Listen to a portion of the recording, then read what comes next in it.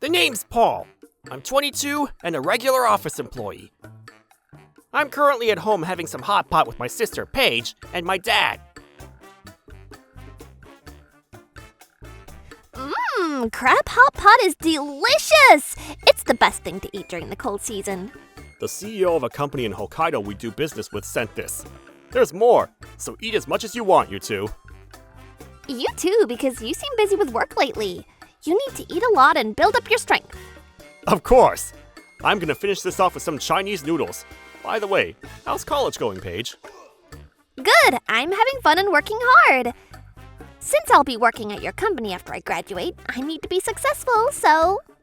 I know you'll be great. I don't need to worry about anything. How about you, Paul? How's work? Me? Oh, about that. Well, how should I say this? It's like... My dad's a CEO of a company. I initially planned to work there, but due to circumstances, I'm working elsewhere. It's a fairly big company, but the department I'm in is actually very terrible. One day, when I came back from sales, my manager, Mr. Cook, was making this call on the phone. Hello, I would like to make a reservation for 3 people tonight at 7 p.m. for the most expensive course. The name's Mr. Cook. Oh, and can you bring out a surprise cake for my daughter? It's her birthday. Yeah, he was calling a restaurant to make a reservation. There's a rule here that personal calls are not allowed during work except for emergencies. Not just him, though. I see the section chiefs and other middle-aged employees cleaning their ears, playing shogi on the computer, checking the names of girls working for cabaret clubs, and so forth. Because of that, the young employees work very hard for them every day. Including me, who's a new graduate. By the way, the CEO and the HR department are aware of the situation, but since Mr. Cook is the uncle of our timid and weak CEO, nothing has changed despite our complaints as young employees. Why? In other words, the CEO is scared of him. Last time when he came to our office... Oh, hello. How are you doing, Mr. Cook? Did you want to see me? How may I help you? My goodness, you're late, Mr. Kelly. I'm a busy person, so I wish you'd come here a little earlier. What on earth were you doing, huh? Answer me! I was talking with the CEO of the Panic Collection Group. I see. Anyways, can you please put a big TV in this office? A 100-inch one? What? A TV? I don't think that would be necessary. Hey, are you saying that you can't listen to what I'm saying? Okay, TV. I'll try to buy one. Thank you. I appreciate it. My favorite actress is starring in a daytime drama that's about to start. So hurry up and get the TV, okay? Okay? Yup. Mr. Cook's position is higher than the CEO's for some reason. Is this allowed? Because of that, our department's performance is declining. So many young employees are quitting. But some continue to work hard because the previous CEO cared deeply about them. And I didn't want to ruin something he cherished. Their dedication shows the respect and loyalty he inspired. He died by the time I joined the company, and his only son took over, leading to the situation. We young employees are not robots or machines. Some people get sick from working overtime and on holidays. That happened with Charles, who joined the company 3 years before me. It was probably due to working overtime. That day, when he had a fever and had to take a few days off from work. What? Charles is off today, too? Really? I bet he's ditching. Those who don't work shouldn't eat. Wait, I have an idea. I'll use the manager's authority to cut his salary. It's a reduction in personnel costs. I'm a genius! Charles taught me how to do everything despite being busy. so I know he's a hard worker, and I look up to him. So I couldn't forgive Mr. Cook for talking crap about him. I got up, went over to him, slammed my right hand as hard as I could on his desk and said, "Mr. Cook, aren't you and the other middle-aged employees the ones not working? We, the young employees, are working hard every day, almost passing out, while all of you do absolutely nothing. It's you guys who should get a salary cut." Excuse me? Hey, no matter how much you complain, the higher-ups won't listen. A company is ultimately about power. Don't go around spouting your meaningless sense of justice. That kind of thing is pointless in a company. Understood? Hearing his words, the middle-aged, slacking employees pointed at me and burst into laughter. They're so annoying. I've tried to warn Mr. Cook and the others several times before, but they always responded like this and laughed in my face afterwards. There was no point in talking anymore. So after muttering, "I'll get you for this," to myself, I went back to my desk and resumed work. The next day, I went on a 2-week business trip overseas. And when I came back to the office after a while, something terrible happened. Good morning. Huh? Wait, where's my desk? What's happening? My desk was completely gone, and in its place was a giant TV and a couch. When I was standing there too stunned to speak. Morning! How's everybody? Mr. Cook came to the office saying that. As soon as he saw me, he grinned and came over to me in a good mood. Huh? Who are you? Oh, Paul, the new graduate. I forgot about you since I haven't seen you for a while. Your space was the perfect spot to put the TV and the couch. Thanks. Then the middle-aged, slacking employees started to laugh, while the young employees were quietly looking down. So, where's my desk? Who knows? It's not here anymore, though. After saying that, he whispered in my ear, "You've been arrogant towards me all this time. Remember, I told you that a company's all about power, right? Yeah, this is what happens when you go against people from a higher position. Leave this department immediately. It means there are no seats for outsiders. Now that you understand, leave, right now. You don't need to come here from tomorrow." Then he sat on the couch, crossed his legs, and turned on the TV with the remote. I thought, God, the hell's wrong with this scumbag? But that only lasted a second. Why? I knew what was going to happen to him and the other ridiculous middle-aged slacking employees who act all high and mighty just because they've been here a long time. Oh, the young employees know everything, because I told them earlier. Being unaware of the miserable future that awaited him, he lied down on the couch, and after a while, he noticed I was still there and said,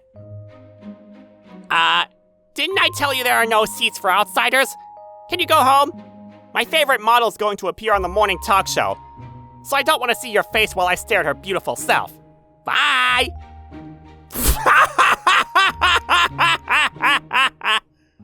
Huh? When I burst out laughing, the other young employees who'd been looking down quietly raised their heads, said, "Stop!" and laughed too. Mr. Cook and the rest were so confused at this. "Why are you laughing at us?" "Oh, I'm sorry. I seriously couldn't hold in my laughter. Get out of here, huh? Did you know that this company will be absorbed into my father's company? It's finalized." "What?" He must have been surprised because he immediately got off the couch. "What do you mean?" "My dad's the CEO of Panic Collection Group." "What? Panic Collection Group? That huge company and one of our main clients? You're the son of the CEO there? I didn't hear anything about that." "Of course, because I didn't tell you. This company is being absorbed into my dad's company. So starting today, I'll be working as a secretary, and eventually will be taking over. So I came here to study everything for that first. The reason I'm here now is to pack my stuff at the desk and say the final goodbye to everyone, thanking them for all they've done for me. After I said that, the young employees opened their desk drawers, took out the things I needed for work, and handed them over to me. They said, "We secretly collected these when he wasn't looking because we saw him throwing them away." I don't know where you put my old desk, but it must have been heavy, right? Thank you so much for that. I don't need to waste my time doing that anymore. I appreciate it. When he heard my words, his face turned red, and he stomped his feet furiously. Then at that moment, when I turned around, Mr. Kelly was standing at the entrance to the office. Then Mr. Cook ran up to him, put his face close to his, and yelled, "Hey, you dimwit! I didn't hear anything about this company being absorbed into the Panic Collection Group and that the new graduate is the son of the CEO there! What's going on, huh?" Well, I came to talk about that, actually. It's too late now! Because if I told you about this, I was afraid that you'd get pissed at me. I'm really sorry about this. Allow me to explain the rest. At that moment, my dad, the CEO of the Panic Collection Group, came inside. Oh, crap! You all know how we've been doing business for a long time, right? Before the former CEO here died, he said, "I'm worried that my timid and weak son won't be able to handle being CEO, so I'd like you to help him out." He also bowed his head and said, "If necessary, please consider absorbing us into your company." Are you serious? Yes. So I've been checking this company's data for a while now, but I see that the performance of this department has dropped drastically since Mr. Kelly took over as CEO. That's why I had my son join this company to investigate the situation. I wanted to ask someone else, but I thought somebody close would be better. Seriously? I got to learn some interesting facts.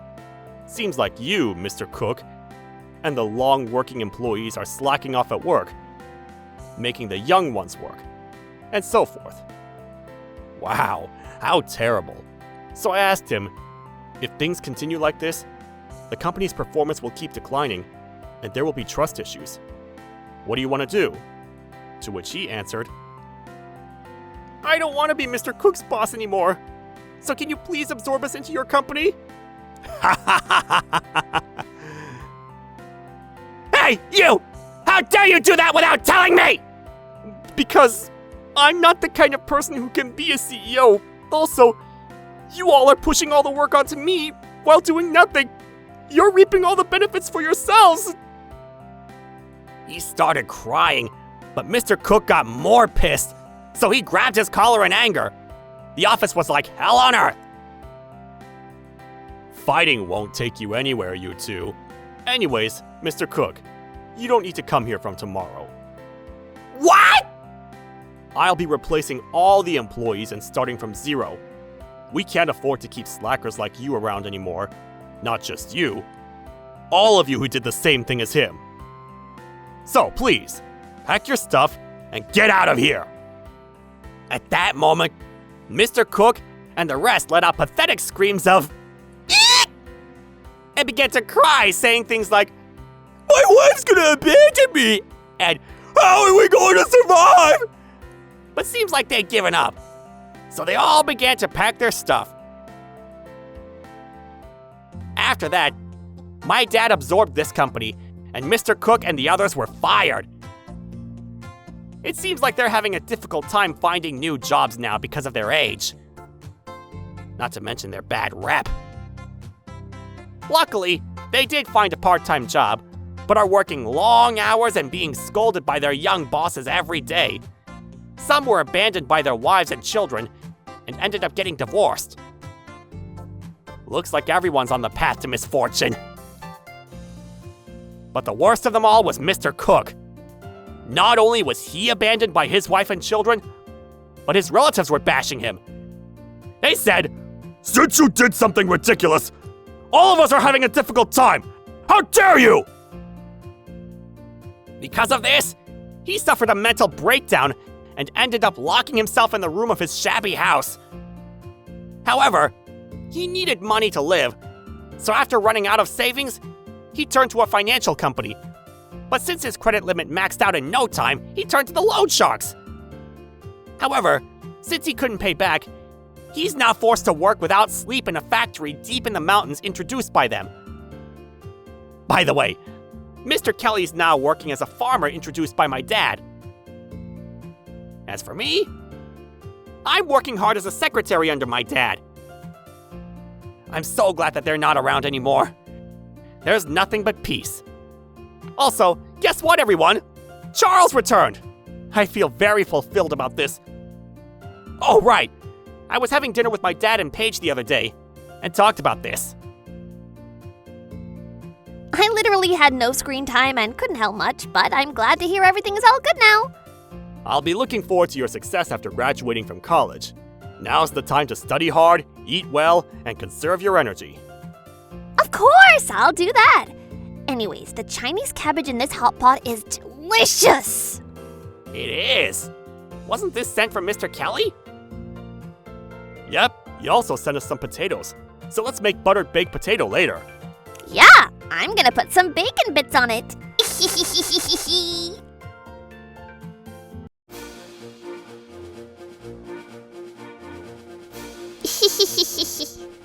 Thank you for watching!